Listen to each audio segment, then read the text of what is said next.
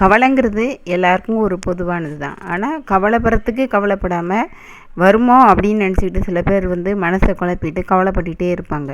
அதனால் உடம்பு மனசும் தான் கெட்டு போகும். மனசு கெட்டு போச்சுன்னா உடம்பும் கெட்டு போயிடும்.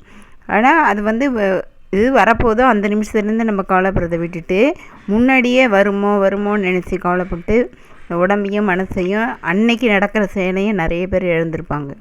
அது சில ராசிகள் காலப்புருஷ தத்துவப்படி சில ராசிகள் கட்டாயமாக அப்படி தான் இருப்பாங்க. அவங்களுக்கு கவலைப்படாமல் இருந்தாது ஒரு கவலையும் இல்லையே அப்படின்னு சொல்லிட்டு அதுக்கே ஒரு கவலைப்படுவாங்க. அது மாதிரி ராசிகள் எந்தெந்த ராசினா மிதுனம், கடகம், சிம்மம், கன்னி, விருச்சகம், கும்பம், மீன ராசிகள். இந்த ராசியெல்லாம் கவலை வந்த பிறகு கவலைப்படுறது வேறு. கவலை வரத்துக்கு முன்னாடியே வருமோன்னு நினச்சி கவலைப்பட்டு அன்னைக்கு நடக்கிற செயல்லையும் சில தடுமாற்றத்தை ஏற்படுத்துவாங்க.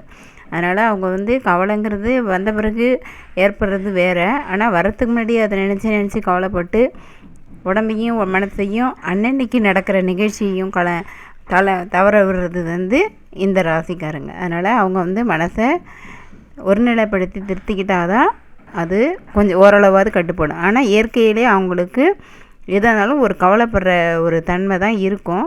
அதை ஓரளவு மனசை இது பண்ணிக்கிட்டாங்கன்னா தடுக்கலாம்.